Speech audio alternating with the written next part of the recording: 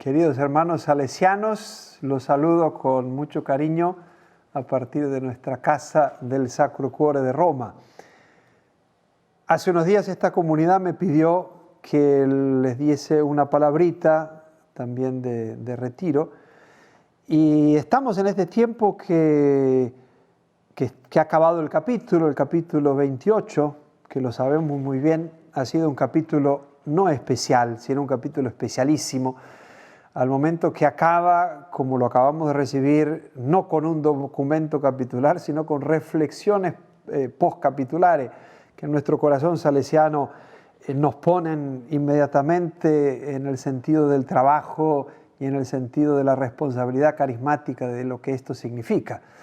Y el rector mayor en la presentación, ya lo habrán visto, nos indica estas 8 líneas de acción, que son todas maravillosas y entusiasmantes, para estos próximos años, y en la conclusión de su presentación, casi como en salida, para mí él dice 2 cosas que son revolucionarias, 2 cosas que son muy impactantes, que podemos correr el riesgo de no prestarle la suficiente atención. Porque él, acabando la presentación de estas 8 líneas de acción, dice casi como tímidamente, como actitud con la que afrontar la bella oportunidad del próximo sexenio. Fíjese qué linda expresión que él utiliza. Estamos adelante de un sexenio que es una bella oportunidad. Les propongo 2 elementos, y fíjense lo que dice. Les propongo la esperanza y les pido una congregación más dócil al Espíritu Santo. Esperanza y docilidad al Espíritu Santo. Me he detenido un poco sobre la primera parte, sobre la esperanza, sobre todo en este tiempo que estamos viviendo.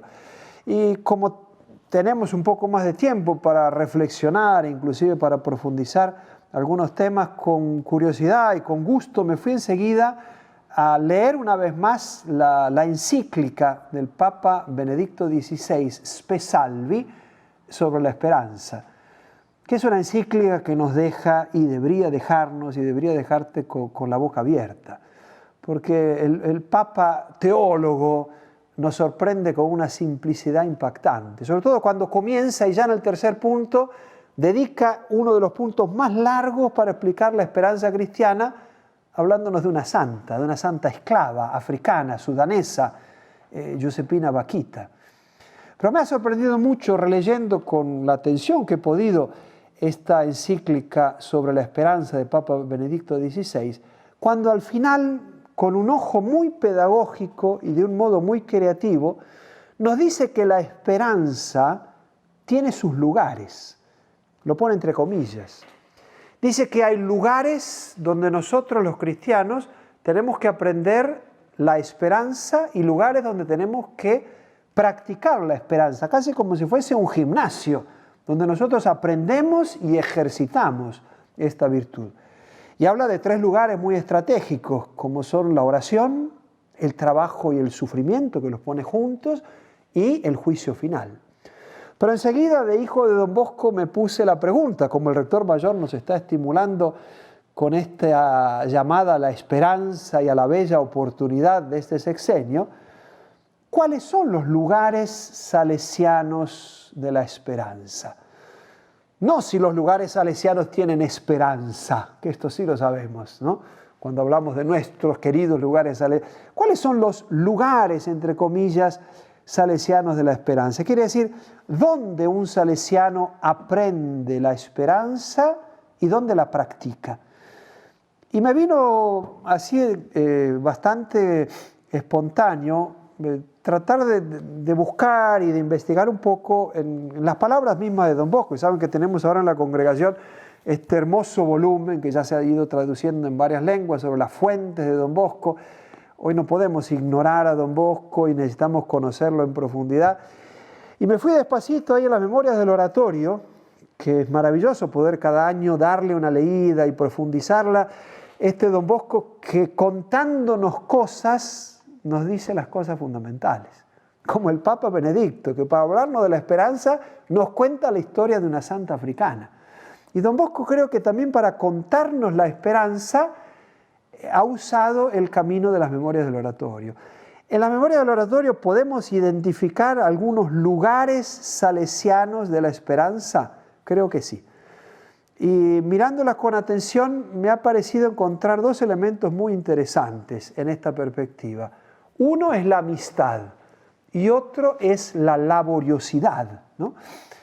Y yo creo que los salesianos de Don Bosco hoy podemos muy bien aprender o reaprender la esperanza en la amistad y podemos reaprender y practicar la esperanza en la laboriosidad o en el espíritu de trabajo, ¿no? Y comienzo con el primero, unas pequeñísimas indicaciones, sobre todo para provocar aquí a mis hermanos a hacer algún tipo de reflexión en esta línea. Me parece sorprendente descubrir la belleza y la incisividad con la que Don Bosco habla de su experiencia de amistad y darnos cuenta que nosotros hemos sido fundados por un maestro de amistad. El Don Bosco fundador no aprende a ser el fundador, no sé en qué instituto de estudios, sino que él aprende a ser el fundador justamente creciendo y experimentando la amistad. Muy interesante la experiencia de amistad que él vive con el Comollo, con Luigi Comollo, cuando lo conoce en la escuela in Chieri y después cuando establece esa amistad más fuerte cuando era seminarista, ¿no? Y cuando lo descubre este Comollo dice: le tuve siempre como amigo íntimo. Añado más, de él aprendí a vivir como cristiano. De él aprendí a vivir como cristiano.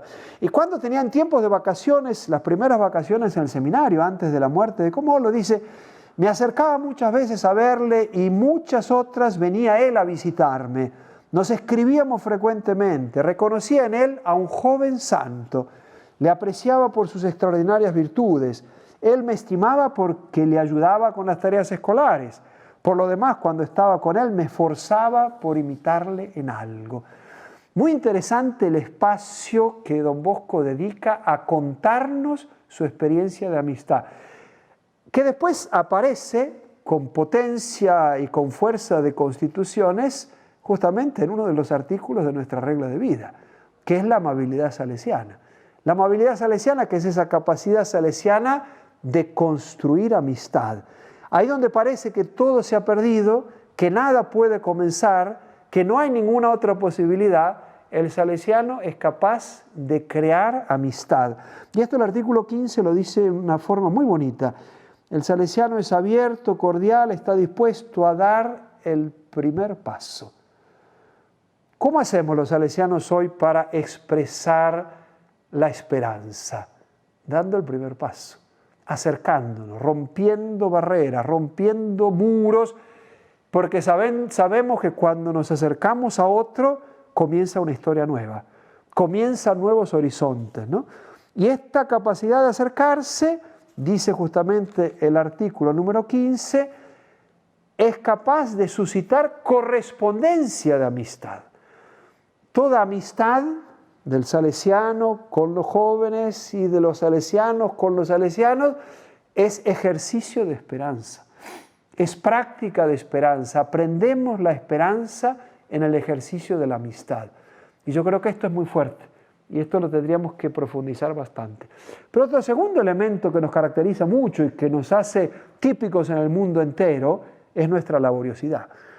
Pero esto de trabajo de Don Bosco también hay que saber entenderlo, porque es en el trabajo que también nosotros expresamos nuestra esperanza y ejercitamos la esperanza. No un trabajo repetitivo, monótono y rutinario, sino un trabajo que se transforma en creatividad pastoral.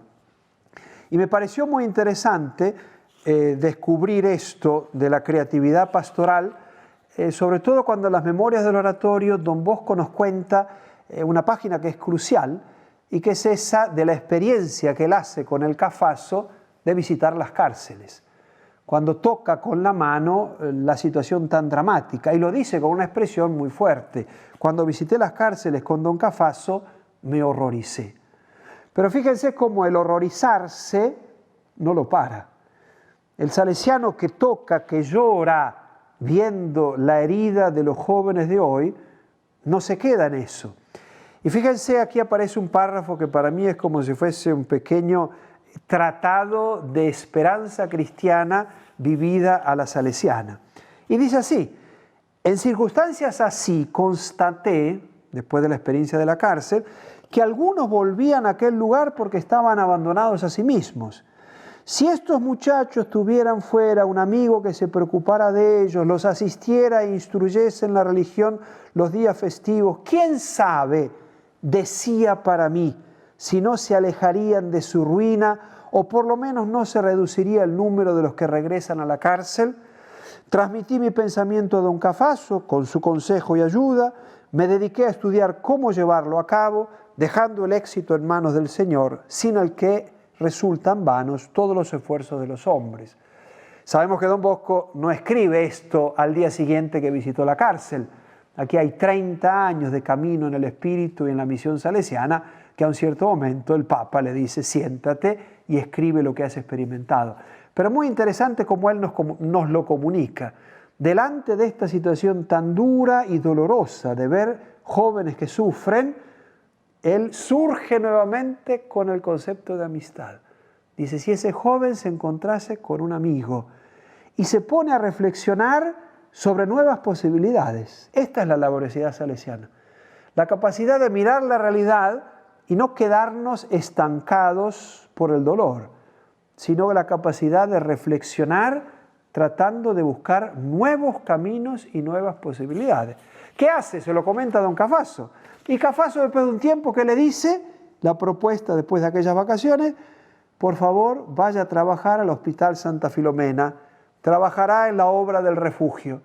Y el pobre don Bosco sorprendido, porque dice: ¿de qué modo, trabajando con esas niñas de la Marquesa Barolo, yo podré dar una respuesta a estos jóvenes de la cárcel? Y escribe don Bosco: mientras tanto, Dios le pondrá delante lo que deberá hacer por la juventud. Mejor dicho, le dice don Cafaso. A simple vista, dice don Bosco, tal consejo parecía oponerse a mis inclinaciones, porque la dirección de un hospital, predicar y confesar en un instituto de más de 400 muchachas, me quitarían el tiempo para cualquier otra ocupación. Sin embargo, tal era, como pronto comprobé, el designio del cielo.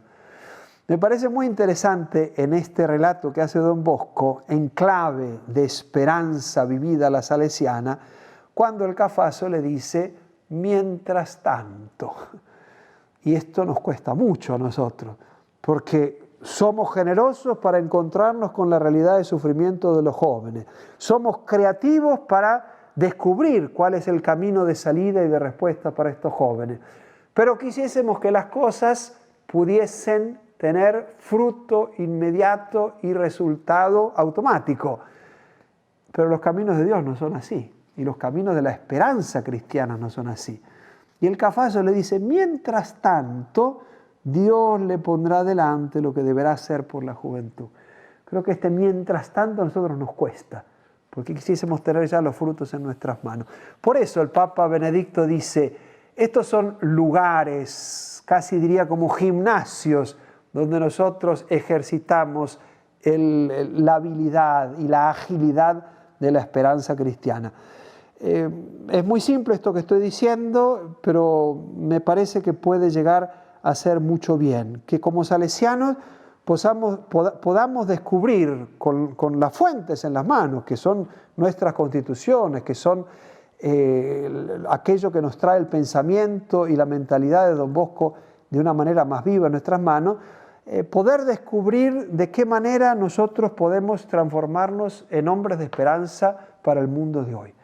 En estos últimos tiempos estamos escuchando mucho hablar de esperanza y de esperanzas, y no todas las esperanzas de las que escuchamos hablar son cristianas. Nosotros estamos llamados a vivir una esperanza cristiana a la salesiana, y en lugares salesianos que nos caracterizan por poder vivirla con mayor autenticidad y con mayor fecundidad.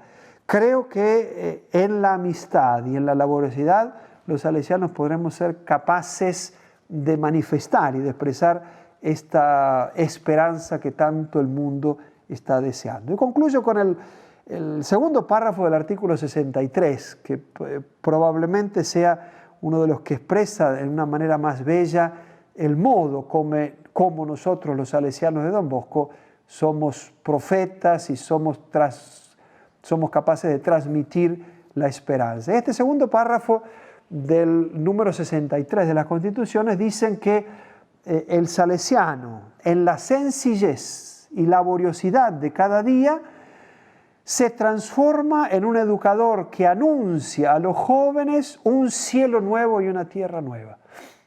Jóvenes del mundo, hay cielo nuevo y hay tierra nueva. Y hay salesianos que en la sencillez y en la laboriosidad de cada día lo manifiestan y lo testimonian.